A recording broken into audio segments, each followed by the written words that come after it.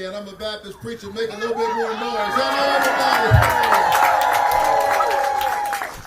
everybody. Listen, I'm so excited and delighted to be here.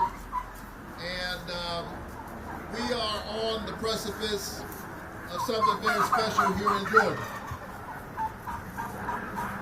We have flipped this state blue. And come January 5th, John Ossoff and I, with your help, we're going to seal the deal. Are you ready?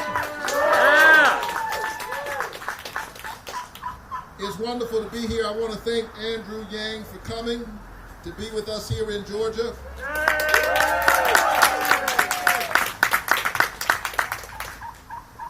He is an example of the American story.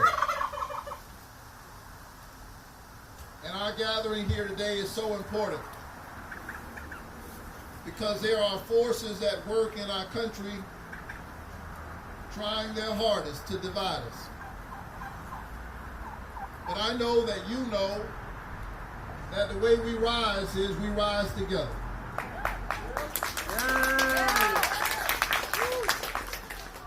And so I'm just so excited about what's happening in the AAPI community, that you have doubled your voter turnout between 2016 and 2020.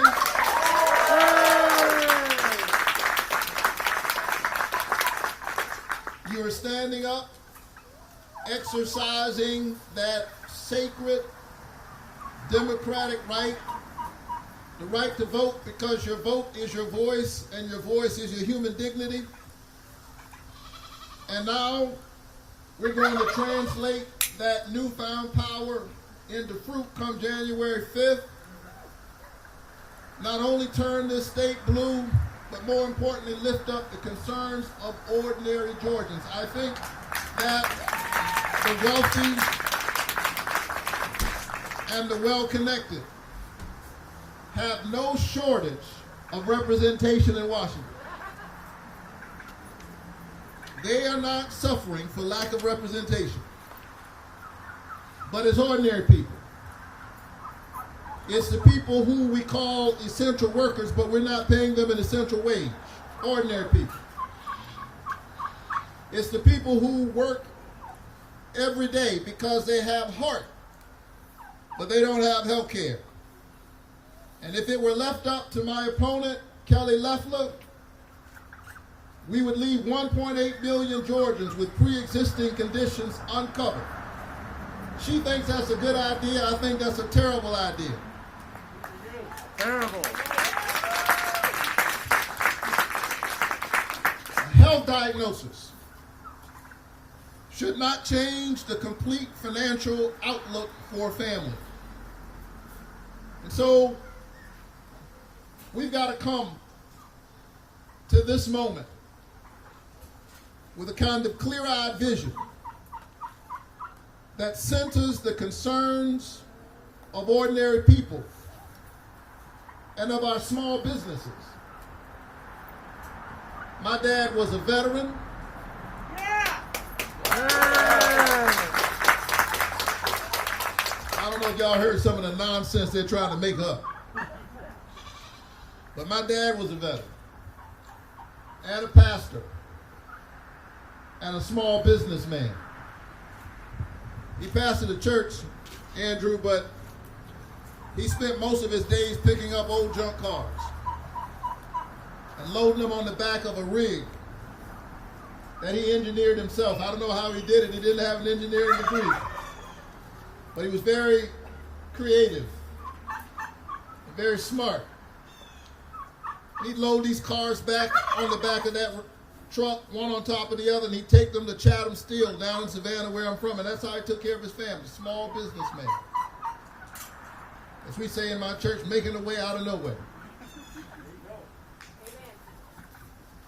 And we've got to make sure that in the midst of this pandemic, that we protect our small businesses, because small businesses are the real job creators. They are the engine of our economy. And what did we see in the midst of this pandemic? When we saw some COVID-19 relief, we saw the large corporations like Shake Shack and the Los Angeles Lakers and Ruth Chris Steakhouse at the front of the line while our small businesses were at the back of the line. You think Kelly Loeffler is going to do anything about that? No. I mean, she is Wall Street through and through. She represents the problem that we're seeing in Washington, where there is this seamless relationship between political backrooms and corporate boardrooms. And you can't tell one from the other. And in her case, she's both at the same time. And so this Republican donor has contributed much to the Republican Party.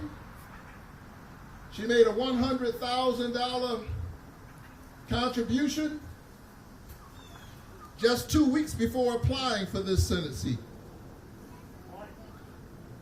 It paid off nicely for her. She and her husband have sunk $31 million in races all around the country. It's worked out well for her. She has paid for that seat. But her problem is this. The people who sold her that seat don't own that seat. It belongs to the people of Georgia. And come January 5th, the people of Georgia are coming to get their seat back. That's right.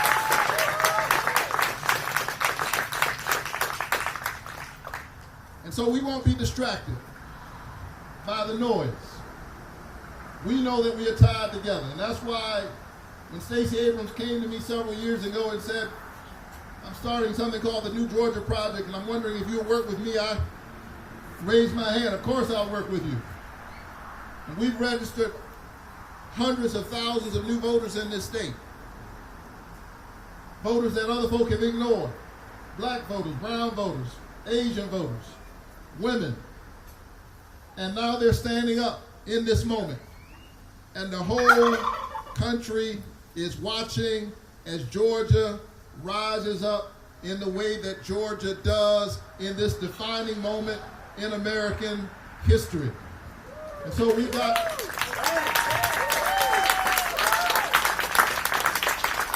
so tell your friends we got more work to do. We're grateful that Joe Biden got Georgia's electoral votes, but we've got to make sure that we win both of these Senate seats so that we can strengthen the Affordable Care Act, so we can make the minimum wage a livable wage, so we can protect people with pre-existing conditions, so we can give our small businesses the support that they need, and so that our children, regardless of their parents' income, know that they can have a prosperous outcome. That is the work that we're called to do, and I'm so grateful to have you here with me in this moment. Let's go out and make it happen. God bless all of you.